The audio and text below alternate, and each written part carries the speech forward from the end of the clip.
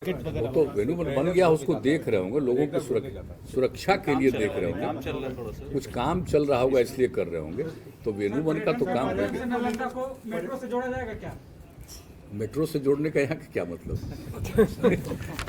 यहाँ के रेलवे का, राजगीर का, गया का, इन सब लोगों के लिए हम बहुत बात पहले हम लोग किए हुए हैं कि उसके लिए भी होना चाहिए। भविष्य में कोई और बड़ी योजना बिहार में पर्यटन को लेकर? नहीं, पर्यटन को लेकर के तो हम लोग आप जानते हैं कि कितना अच्छा काम और कितना ज़्यादा पर्यटकों की संख्या। अभी मान लीजिए कि एक साल से जो ये कोरोना का संकट आया है वो तो एक अलग बात है, उसमें बड़ी भारी संख्या में तो लोगों का मूवमेंट भी उचित नहीं है और कई जगहों पर फिर बढ़ रहा है, अपने यहाँ भी थोड़ा बहुत बढ़ा है। तो अभी तो कॉन्शस रहने की ज़रूरत है, लेकिन ये सब दिन के लिए थोड़ी है कि वो रहेगा। तो उसके बाद जब मुक्ति मिलेगी तो सारे जगहों पर आप देख लीजिए पर्यटकों की संख्या तो बढ़ गई।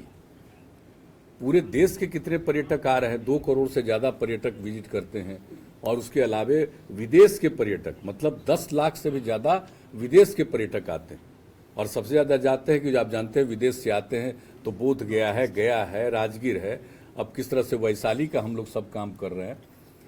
हम लोग एक एक जगह की चीज़ों को देख रहे हैं ताकि पर्यटन को बढ़ावा देने के लिए जो भी स्थल हो।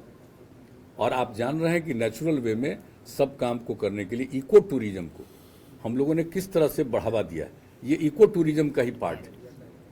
ये जो नेचर सफारी है ये इको टूरिज्म का पार्ट है। अब उसी तरह से, और ये सब वन एवं पर्यावरण विभाग के साथ रहेगा। जो इको टूरिज्म है वो हम लोगों ने पहले से तय कर दिया है कि वो दूसरे विभाग से नहीं, चूंकि इको टूरिज्म है ये काम वन एवं पर्यावरण विभाग को ही करना पड़ेगा। और वन एवं पर्यावरण विभाग अपने अधीन एक इस तरह का विंग बना रहे हैं ताकि वो हर जगह करे। आप जानते हैं कि जो भी काम वहाँ किया गया है वाल्मीकि नगर का, किस तरह से शुरुआत वहाँ से हम लोगों ने किया है। अब जा करके उसको भी देखिए, अनेक जगहों पर इस तरह से इको टूरिज्म को हम लोग बढ़ावा देंगे। और यहाँ पर भी इको टूरिज्म को बढ़ावा दिया जा रहा है, पटना में भी इको टूरिज्म को बढ़ावा दिया जाएगा, गया, बोध गया में, वैशाली में, अनेक जगहों पर। और कितने इको टूरिज्म का है, अभी आप देख रहे हैं कि अभी हाल ही में 2 जगहों पर जो चीज़ें निकली हैं पुरानी चीज़ ऐतिहासिक, चाहे एक भागलपुर में और दूसरा एक बांका में, तो सब तरह की चीज़ों के बारे में पूरी की पूरी जानकारी मिल रही है और उसके बारे में हम लोग उसका भी विकास कर रहे हैं। तो आप देख लीजिए कि इसका इतिहास बहुत ही पौराणिक है। और जो बिहार पूरा का पूरा इलाका है उसका जो इतना बड़ा पुराना इतिहास है, पौराणिक इतिहास है, इतना सब कुछ है कि यहाँ पर पर्यावरण को बढ़ावा देने के लिए और लोगों को इसके प्रति सजग रखने के लिए हम लोग प्रयास करते हैं और ये सब काम होगा। तो अब तो आप देख रहे हैं कि यहाँ पर तो कई चीज़ें कर दी गई हैं। अब एक सिर्फ जू सफारी है, वो भी बहुत जल्दी कुछ महीने के अंदर पूरा हो जाएगा और हर तरह से होगा। और आज आप जान रहे हैं कि राजगीर का एक फ्लाईओवर का भी काम किया जाएगा। वो जो NH है, जो 4 लेन सब कुछ हो रहा है, तो उसके फ्लाईओवर के लिए भी आज ही पथ निर्माण हमने पहले ही से सुझाव दिया था। तो एक फ्लाईओवर बनेगा उस रास्ते से गुजरते हुए और राजगीर का जो मुख्य शहर है उसके होते हुए फिर जाएगा।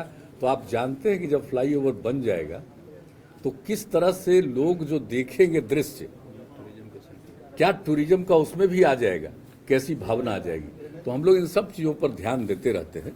तो आप लोग भी आज आ गए यहाँ के तो भाई, और कुछ पटना से भी पत्रकार आ गए आज देखने के लिए। वैसे तो हमारे जो यहाँ के स्थानीय हैं और सब लोगों को यहाँ मालूम है एक एक चीज, जब जब आए हैं। और जब 2009 में हम लोग 7 दिन रहे हैं तो इसमें से अनेक लोग मेरे साथ घूमते रहे। इन लोगों को पता है कि इस रास्ते पर आए तो कहाँ पर आकर के रुकना पड़ा।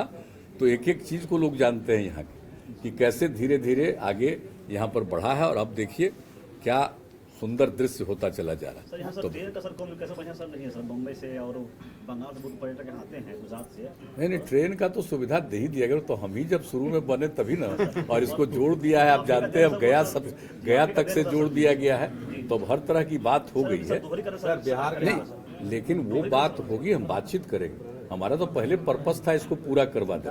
तो मेरे ही कार्यकाल का जब हम रेल मंत्री थे तभी है। अब बात करेंगे कि उसको अगर जो आगे बढ़ाना है और ज़्यादा, और सिंगल लाइन है उसको डबल लाइन में परिवर्तित करना है, तो सभी बात करेंगे। लेकिन काफ़ी है। और सिर्फ टूरिज्म ही नहीं, बहुत ज़्यादा यहाँ पर जो व्यापारिक गतिविधियाँ भी हैं उसको भी सहूलियत मिलेगी और टूरिज्म को तो सहूलियत मिलेगी। तो उसके लिए जो भी ज़रूरत है उसके लिए हम ज़रूर बातचीत करेंगे। पहले तय था श्रद्धेय अटल जी की सरकार में, जब हम रेल मंत्री थे और उस समय जो चीज़ हमने तय करवाया था वो बन गया, और वो बन गया तो उसका और एक्सपेंशन की जरूरत है तो वो भी करेंगे, उसमें कोई बात नहीं, उसके लिए करेंगे। लेकिन आज ब्रिज पर आप घूमे तो दोनों में आपका अनुभव कैसा लगा? वहाँ पर जाने के बाद बीच में कैसा लगा? अच्छा अनुभव है, लेकिन ज्यादा हम लोगों का कोशिश है कि इन जगहों पर नई पीढ़ी के लोग ज्यादा जाएं। बच्चे जाएंगे ना, बच्चियां जाएंगी ना तो ज्यादा अच्छा होगा। बुजुर्ग लोगों को भी जाने का मतलब होगा तो जाएगा। आज तो हमको करना था, देखना था, हम लोग देख लिए। हम तो चाहेंगे कि नई पीढ़ी के लोग और यंगर लोग ज्यादा उसको घूमेंगे, और जो यंगर लोग घूमेंगे और सब चीज को देखेंगे तो भाई अब पुराने लोगों को तो कुछ पुराना इतिहास मालूम है, अब नई पीढ़ी के लोग जो पूरे इतिहास को जानेंगे तो उनके मन में बहुत अच्छी भावना पैदा होगी।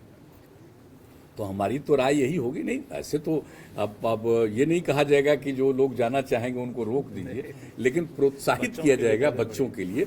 तो आप काफी देख लीजिए यहाँ पर है शूटिंग और आर्चरी। हाँ, शूटिंग वगैरह सबके लिए इंतजाम कर दिया गया है। हर तरह से देख लीजिए, सब तरह से कितना अनुभव लेगा, कितना सीखेगा, खेलने कूदने का हर चीज के लिए अनुभव मिलेगा सबको। बहुत अच्छा। हाँ? चलिए हैं?